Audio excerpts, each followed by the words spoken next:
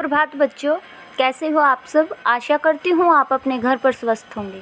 देखिए बेटा, कल हमने लेसन 6 रीड किया था हिंदी में, तो वो हमारा जो है हाफ रीड हुआ था। आज हम इस लेसन को कंप्लीट करते हैं, ठीक है। उसके बाद जो शब्दार्थ है मैंने ये आपको कल बताया था, अपनी नोटबुक में राइट करो और लर्न भी करो, ठीक है बेटा। देखिए, मदर टेरेसा स्वयं हृदय रोग से पीड़ित थी। जो मदर टेरेसा थी उनको उनको क्या बीमारी थी, उनको दिल की बीमारी थी। हृदय दिल होता है, उनको दिल की बीमारी थी, लेकिन उन्होंने अपनी इस बीमारी को अपने ये महान कार्य में कभी भी आने नहीं दिया आगे। जैसे वो देश की सेवा कर रही थी, गरीब बच्चों की कर रही थी, अनाथ बच्चों की या विकलांगों की, विकलांग अपाहिज लोगों की सहायता कर रही थी, तो उसने अपनी इस बीमारी को आगे नहीं आने दिया, ठीक है। वे अपने जीवन के अंतिम दिनों तक उनकी जो जीवन के अंतिम दिन था तब तक वो दूसरों की सेवा में ही लगी रही।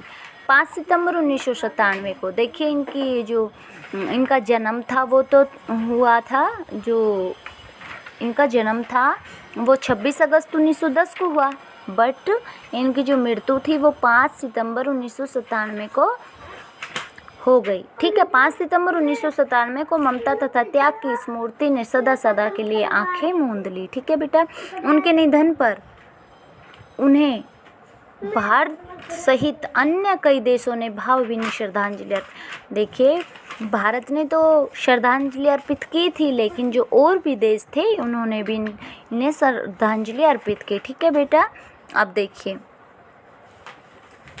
आज मदर टेरेसा हमारे बीच में नहीं है, परंतु वे आज भी अपने द्वारा किए गए कार्यों के माध्यम से हमारा मार्ग प्रशस्त कर रही हैं। देखिए बेटा, मदर टेरेसा की मृत्यु तो हो गई, लेकिन जो उनके कार्य थे, जैसे अब हम बुक के द्वारा ही उनके सारे कार्य को सुन रहे हैं, समझ रहे हैं कि उन्होंने ये कार्य किए थे। ऐसे ही बताया कि आज वो हमारे बीच में नहीं है, लेकिन उन्होंने अपने द्वारा किए गए कार्यों के माध्यम से हमारा मार्ग प्रशस्त कर रही है, ठीक है। ऐसे व्यक्ति इस धरती पर कभी कभी जन्म लेते हैं और लोगों को मानवता की सीख देकर अमर हो जाते हैं। उनके द्वारा बताए गए मार्ग और आदर्शों पर चलकर ही हमें उन्हें सच्ची श्रद्धांजलि दे सकते हैं।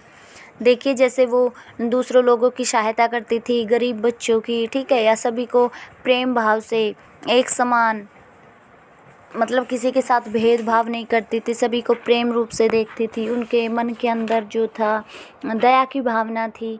तो ऐसे ही अगर हम भी रहें, हम भी करें, तो जो है उनको हम सच्ची श्रद्धांजलि दे सकते हैं, ठीक है। उनका यह विश्वास हमारे लिए प्रेरणा स्रोत है। विचार देखिए, जो उन्होंने ऐसे कार्य किए थे, इनसे हमें क्या शिक्षा मिलती है कि हमें एक दूसरे से प्रेम करना चाहिए, जैसे ईश्वर हम सब से करता है।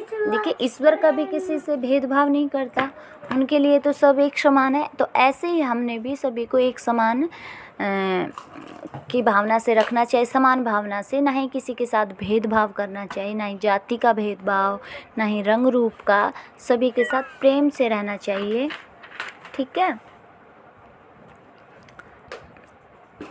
अगर हम ऐसा करेंगे तो हम अपने विषयों में, अपने देश में, अपने घर में शांति बनाए रखेंगे, अपने हृदय में।